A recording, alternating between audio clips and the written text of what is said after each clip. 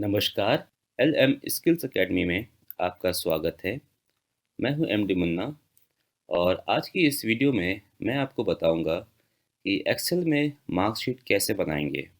जैसा कि आप यहां देख सकते हैं स्क्रीन पर कि मैंने एक टेबल बनाया हुआ है और यहां कुछ कॉलम्स में वैल्यू नहीं लिखी है। इन वैल्यूज़ को कैलकुलेट करने के लिए हम एक्सेल के कुछ फार्मूलास यूज़ करेंगे जो कि आप इस वीडियो में देखेंगे। और आप देख सकते हैं मैंने यहाँ पे 10 स्टूडेंट्स के नाम लिखे हैं, रोल नंबर लिखे हैं और उनके 5 सब्जेक्ट्स में मार्क्स लिखे हैं। आप चाहें तो 6 सब्जेक्ट्स भी यूज़ कर सकते हैं, इससे कोई फ़र्क नहीं पड़ेगा, लॉजिक जो है सेम होगा। जब आप मार्कशीट बनाते हैं तो आपको कुछ बातें पता होनी चाहिए पहले से ही, जैसे कि मिनिमम मार्क्स पास होने के लिए कितना है, स्टूडेंट को फेल, पास, सप्लीमेंट्री किस कंडीशंस के बेस पे देना है, ग्रेड देने के लिए क्या क्राइटेरिया है। आप मार्कशीट किसी स्कूल के किसी क्लास के लिए बना सकते हैं, आप किसी इंस्टीट्यूट में पढ़ाते हैं तो अपनी क्लास के लिए भी आप बना सकते हैं। तो आइए अब देखते हैं कि इसको कैसे बनाएंगे।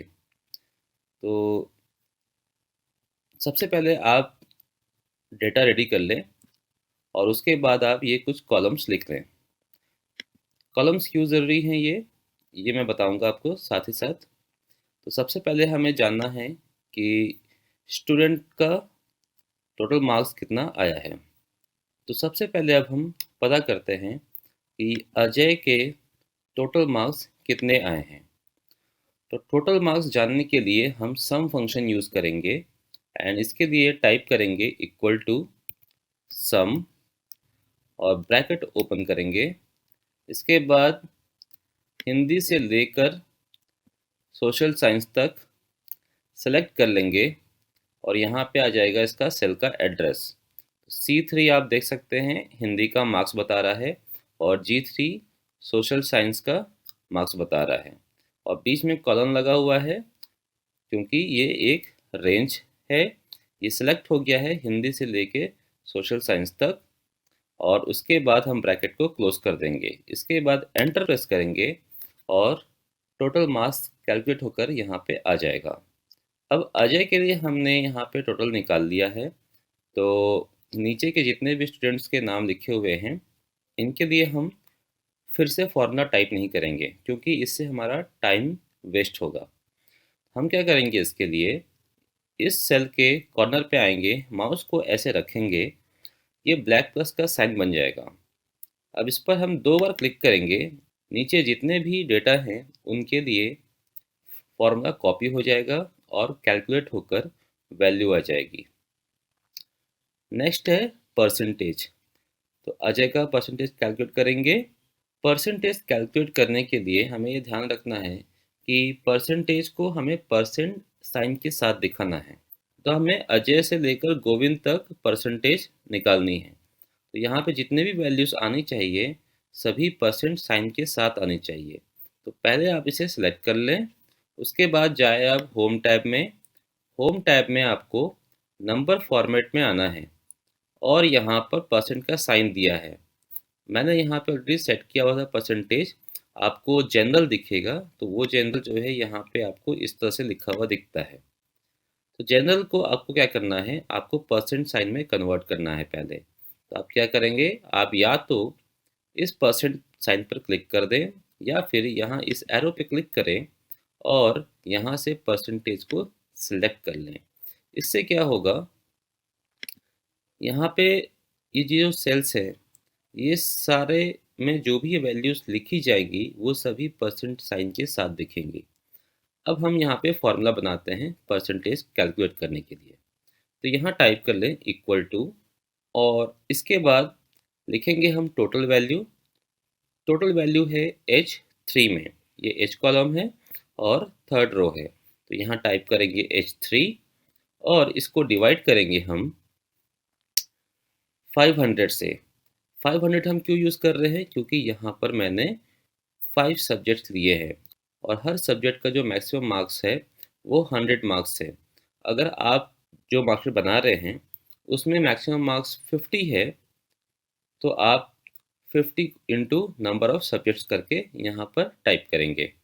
तो मैं यहाँ पर 500 यूज़ कर रहा हूँ क्योंकि 5 सब्जेक्ट्स मैंने लिए हैं, और इसको एंटर कर देंगे। तो आप देख सकते हैं परसेंटेज कैलकुलेट होकर आ गई है, और साथ में परसेंटेज का साइन भी लगा है। अब नीचे के डेटा को कैलकुलेट करने के लिए सिंपली यहाँ से 2 बार क्लिक कर देंगे और ये कैलकुलेट हो जाएगा। नेक्स्ट है नंबर ऑफ सब्जेक्ट्स फेल्ड। अब हमें ये क्यों जानना है? क्योंकि हमें स्टूडेंट को पास, सप्लीमेंट्री, फेल ये बताना है। तो ये जानने के लिए हमें नंबर ऑफ सब्जेक्ट्स फेल जानना बहुत ज़रूरी है। तो यहाँ पे आप देख सकते हैं मैंने क्राइटेरिया लिखा हुआ है कि किस बेसिस पर हम पास करेंगे, किस बेसिस पर हम सप्लीमेंट्री देंगे। तब नंबर ऑफ सब्जेक्ट्स फेल्ड कैसे जानेंगे? कैसे पता करेंगे कि अजय कितने सब्जेक्ट्स में फेल है? इसके लिए हम यूज़ करेंगे काउंट इफ फंक्शन। तो यहाँ पर टाइप करें equal to count if, bracket open करें। अगर आप ब्रैकेट ओपन नहीं करना चाहते हैं और डायरेक्ट यहाँ पे काउंट इफ को सेलेक्ट करना चाहते हैं, तो कीबोर्ड में टैब की दिया हुआ है जो कैप्स लॉक के ऊपर होता है, उसे आप प्रेस कर दें और ब्रैकेट ओपन हो जाएगा और वो फॉर्मूला भी सिलेक्ट हो जाएगा। तो काउंट इफ यूज़ करेंगे हम यहाँ पर, और हमें सब्जेक्ट्स को काउंट करना है, सिर्फ उन सब्जेक्ट्स को जिसमें अजय फेल है। और पासिंग मार्क आप देख सकते हैं मैंने लिखा है 33। दैट मीन्स कि 33 से नीचे जिन सब्जेक्ट्स के मार्क्स होंगे उसमें अजय फेल है। तो यहाँ पर हम सबसे पहले रेंज देंगे हिंदी से लेकर सोशल साइंस तक और लिखेंगे कॉमा। तो काउंट इफ फंक्शन में हमने सबसे पहले बताया वो रेंज जिसमें हमारे सब्जेक्ट्स के मार्क्स हैं कि कहाँ से लेकर कहाँ तक हमारे सब्जेक्ट्स के मार्क्स हैं। अब इनको काउंट करना है, लेकिन इनमें से सिर्फ उन सब्जेक्ट्स को काउंट करना है जिसमें मार्क्स 33 मार्क्स के नीचे हैं। तो कॉमा लगाकर डबल कोट्स लिखेंगे और लेस देन 33 यूज़ करेंगे क्योंकि 33 से नीचे वालों को हमें काउंट करना है। और डबल कोट से इसको बंद कर देंगे एंड फिर ब्रैकेट बंद करेंगे और एंड कर देंगे। तो अजय का आप देख सकते हैं किसी भी सब्जेक्ट में 33 से बिलो मार्क्स नहीं हैं, इसलिए यहाँ पे 0 आ गया। अब इसी तरह से बाकी बच्चों के लिए भी हम कैलकुलेट कर लेंगे। सो अक्षय और स्नेहा ये 2 स्टूडेंट्स हैं जो सिर्फ एक सब्जेक्ट में फेल है, और नेहा जो है 2 सब्जेक्ट्स में फेल है। अब हम यहाँ पे निकालेंगे कि पास कौन है, सप्लीमेंट्री कौन है और फेल कौन है। इसके लिए हम लोग यूज़ करेंगे if function. Equal to type करेंगे और लिखेंगे इफ़, ब्रैकेट ओपन करेंगे। अब पास, सप्लीमेंट्री और फेल के लिए हमने यहाँ पे क्राइटेरिया बनाया हुआ है कि इस बेसिस पर हम यहाँ पे इसको कैलकुलेट करेंगे। तो सबसे पहले चेक करेंगे कि नंबर ऑफ फेल सब्जेक्ट्स कितने हैं। फाइन, क्योंकि ये 0 1 2 आप देख सकते हैं यहाँ पे मैंने लिखा हुआ है। तो यहाँ पर हम चेक करते हैं कि क्या अजय सभी में पास है या नहीं। तो इसके लिए लिखेंगे J3। क्या J3 की वैल्यू 0 है? राइट, ये सेल है J3, J column and third row. तो क्या J3 की वैल्यू 0 है? अगर इसकी वैल्यू 0 है तो यहाँ लिख दो पास्ट, नहीं तो चेक करो। फिर से चेक करने के लिए हम एक और इफ फंक्शन यूज़ करेंगे। If J3 is equal to 1। तो सबसे पहले हमने चेक किया कि क्या इसकी वैल्यू 0 है। अगर 0 है तो लिख देगा पास्ट। अगर ये फिल हो जाता है मतलब 0 नहीं है तो चेक करो कि क्या इसकी वैल्यू 1 है। अगर इसकी वैल्यू 1 है तो यहाँ पे आना चाहिए सप्लीमेंट्री, और अगर ये भी नहीं है तो जाहिर सी बात है वो फेल्ड होगा, क्योंकि हमने 0 को चेक कर लिया, 1 को चेक कर लिया, अब बचा सिर्फ हमारे पास 2 या उससे ज़्यादा, राइट। मतलब एक से ज़्यादा में वो फेल है तो वो फेल है, तो इसलिए हम लोग सिर्फ 0 और 1 को चेक करेंगे और जो रह गया उसको हम फेल कर देंगे। तो यहाँ पे हम टाइप करेंगे फेल और ब्रैकेट बंद करेंगे। तो अभी आप देखिए यहाँ पर कि हमने दो इफ फंक्शन ओपन किए हैं, तो यहाँ पे भी हमको दोनों इफ फंक्शन के लिए ब्रैकेट लगाना पड़ेगा। अभी हमने सिर्फ एक ब्रैकेट बंद किया है, अब हम यहाँ पर एक और ब्रैकेट बंद करेंगे। कितने ब्रैकेट आपको बंद करने हैं इफ फंक्शन में वो आप उनके कलर से भी समझ सकते हैं। अब यहाँ पर एंटर करते हैं तो यहाँ आ गया पास्ट, क्योंकि अजय किसी भी सब्जेक्ट में फेल नहीं है। अब नीचे जितने भी डेटा हैं उनके लिए हम फॉर्मूला को ऐसे कॉपी कर लेंगे। तो आप देख सकते हैं अक्षय और स्नेहा सिर्फ एक सब्जेक्ट में फेल थे तो उनके सामने सप्लीमेंट्री लिखा हुआ आ गया है, और नेहा जो है दो सब्जेक्ट में फेल थी तो उसके सामने फेल लिखा हुआ आ गया है। अब जो है ग्रेड फाइंड आउट करेंगे, तो ग्रेड के लिए हम लोग एंड फंक्शन यूज़ करेंगे और इफ़ फंक्शन यूज़ करेंगे। तो इफ़ के अंदर एंड यूज़ होगा। तो आप देख सकते हैं कितना कॉम्प्लिकेटेड चीज़ है ये और कितने सारे फॉर्मूलाज हमें यूज़ करने पड़ रहे हैं। ओके, तो ग्रेड के लिए यहाँ पर हमने क्राइटेरिया नीचे दिया हुआ है, आप देख सकते हैं इसे कि अगर फेल है स्टूडेंट तो उसका ग्रेड आएगा एफ, अगर वो सप्लीमेंट्री है तो उसका ग्रेड लिखेंगे SUPPL, और वो पास है तो चेक करेंगे उनके परसेंटेज की कि कितना परसेंटेज है और उसके बेसिस पे हम उसे A+, A, B+ ये सब ग्रेड देंगे। तो सबसे पहले अजय का ग्रेड निकालते हैं यहाँ पर। तो इसके लिए टाइप करेंगे हम इक्वल टू इफ़। तो यहाँ पर मैं सबसे पहले फेल और सप्लीमेंट्री को चेक करूँगा और उसके बाद जो है हम परसेंटेज को यूज़ करेंगे। तो ये क्यों कर रहा हूँ मैं ऐसा, ये भी आपको अभी इस फॉर्मूला में समझ में आ जाएगा। तो यहाँ पर हम चेक करते हैं कि क्या K3 में जो वैल्यू है वो फेल है। तो क्या K3 में फेल लिखा है? अगर फेल लिखा है तो यहाँ पे आना चाहिए F, ठीक। अगर फेल नहीं है तो क्या करो, चेक करो कि क्या K3 की वैल्यू सप्लीमेंट्री है। अगर सप्लीमेंट्री है तो लिख दो SUPPL, फाइन। तो पहले हमने देखा कि क्या यहाँ पे जो वैल्यू है वो फेल है, अगर वो फेल होगा तो आ जाएगा F, अगर यहाँ पे जो वैल्यू है वो सप्लीमेंट्री है तो आ जाएगा SUPPL। अब अगर कैंडिडेट फेल नहीं है, सप्लीमेंट्री भी नहीं, तो जाहिर सी बात है वो पास ही होगा, राइट। तो यहाँ पर हमें पास चेक करने के लिए अलग से लिखने की ज़रूरत नहीं है, क्योंकि अगर वो फेल नहीं है, सप्लीमेंट्री है, तो क्लियर है कि वो पास ही है। तो अब हम यहाँ पर सीधा चेक करेंगे कि उसका परसेंटेज कितना है। तो इसके लिए यूज़ करेंगे हम इफ़, और यहाँ पे अब हम टाइप करेंगे एंड। एंड क्यों यूज़ करेंगे, क्योंकि हमें सिर्फ 91% चेक नहीं करना, हमें चेक करना है कि 91 या उससे ज़्यादा हो और 100 और उससे कम हो। तो यहाँ पे आप टाइप करोगे एंड, और लिखेंगे हम यहाँ परसेंटेज के लिए I3, क्योंकि परसेंटेज है हमारा I कॉलम में। तो I3 की जो वैल्यू है क्या वो लेस देन और इक्वल टू 91% है। अब परसेंटेज को हम चेक करेंगे तो परसेंटेज का यहाँ पे भी हम साइन लगाएंगे, फाइन। तो क्या I3 में जो वैल्यू है वो 91%, सॉरी यहाँ पे हम ग्रेटर देन का साइन यूज़ करेंगे, क्योंकि 91 से ऊपर की वैल्यू को हम A+ देंगे। तो 91 भी इंक्लूडेड होना चाहिए और 91 से ऊपर भी होना चाहिए। तो अगर 91 है परसेंट या फिर 91 से ज़्यादा है, राइट, तो इसको हम ऐसे लिखेंगे एंड कॉमा लगाएंगे। और अभी आप देखो, अभी हमने एंड का ब्रैकेट ओपन किया हुआ है तो अभी हम एंड के अंदर हैं।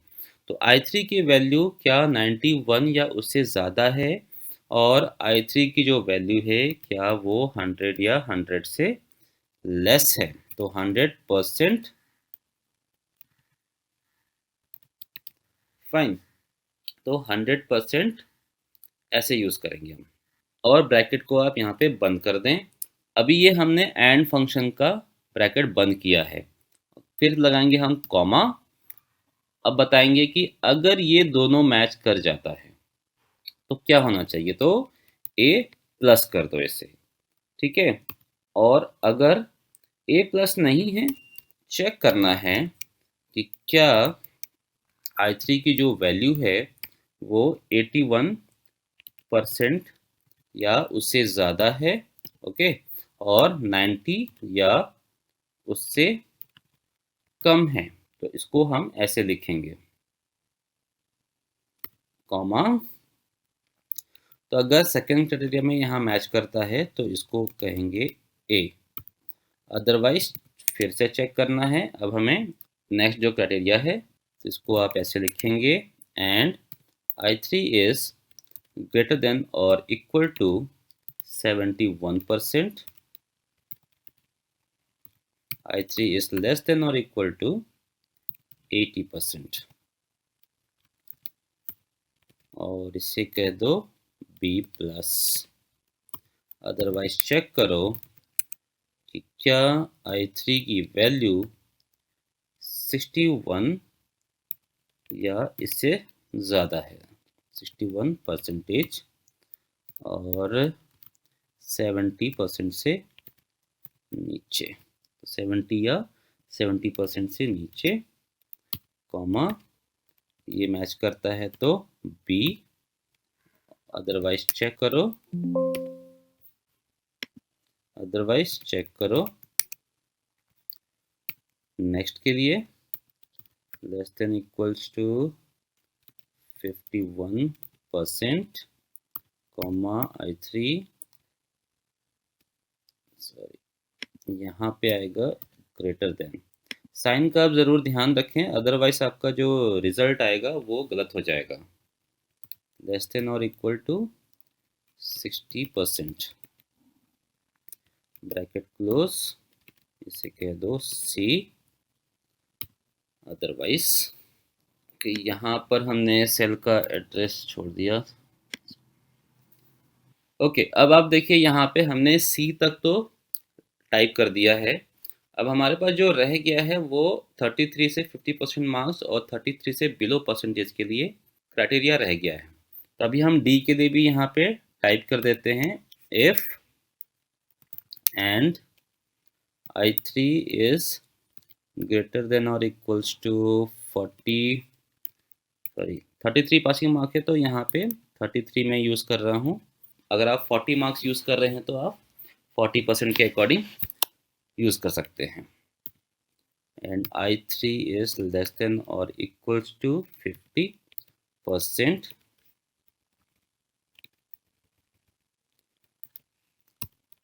D, comma.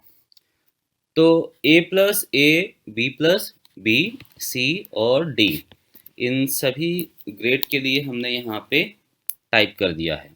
अब जो रह गया उसके लिए हम फेल ही लिख दे रहे हैं। वैसे 33% से बिलो है तो जाहिर सी बात है वो सब्जेक्ट्स में भी फेल होगा, तभी वो 33% उसके आएंगे, तो वो ऑटोमेटिक फेल ही चेक हो जाएगा। बट स्टिल हम यहाँ पर, अब हमारे पास लिखने को यहाँ कुछ नहीं रहा है तो मैं यहाँ पर भी फेल लिख दे रहा हूँ। और अब जो मेन चीज़ है वो है ब्रैकेट बंद करने का। तो ब्रैकेट बंद करना है अगेन हमें जितने भी इफ़ हमने ओपन किए हैं उसके हिसाब से।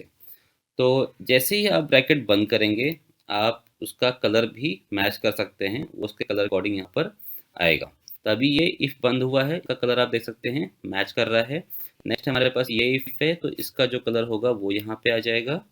उसके बाद बी प्लस के बाद जो यहाँ पे इफ़ लिखा है उसका कलर आएगा इफ़ का, देख सकते हैं आप रेड रेड मैच कर रहा है।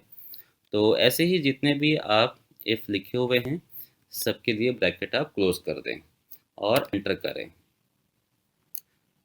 तो शायद कुछ गलती हो गई है, तो अब चेक करते हैं। पहले इस फॉर्मूले को मैं बाकी सब में पेस्ट कर देता हूँ चेक करने के लिए कि क्या ये सिर्फ पास के लिए ही फेल दिखा रहा है या सभी में फेल दिखा रहा है। तो जैसा हम देख सकते हैं यहाँ पे सप्लीमेंट्री सही आ रहा है और फेल्ड के सामने एफ लिखा हुआ है। लेकिन जहाँ जहाँ पास लिखे हैं वहाँ पर फेल्ड लिखा हुआ आ रहा है, तो सिर्फ पास के लिए ये इशू हो रहा है। तो इसको ओपन करके हम चेक करते हैं क्यों आ रहा है इशू। पहले वाले को चेक करते हैं। तो K3 में वैल्यू फेल है तो वो F है, यानी ये चीज़ हमारा सही है। K3 में सप्लीमेंट्री है तो SUPPL आ जाए, अदरवाइज चेक करना है I3। ओके, तो यहाँ पे आप देख सकते हैं मैंने जितने भी परसेंटेज दिए हैं सभी के साथ डबल कोट्स ऐड कर दिया है। तो आप यहाँ पे डबल कोट्स ऐड ना करें, इसी की वजह से ये दिक्कत आ रही है। तो ध्यान रखना है, डबल कोट्स हम यहाँ पर यूज़ नहीं करेंगे।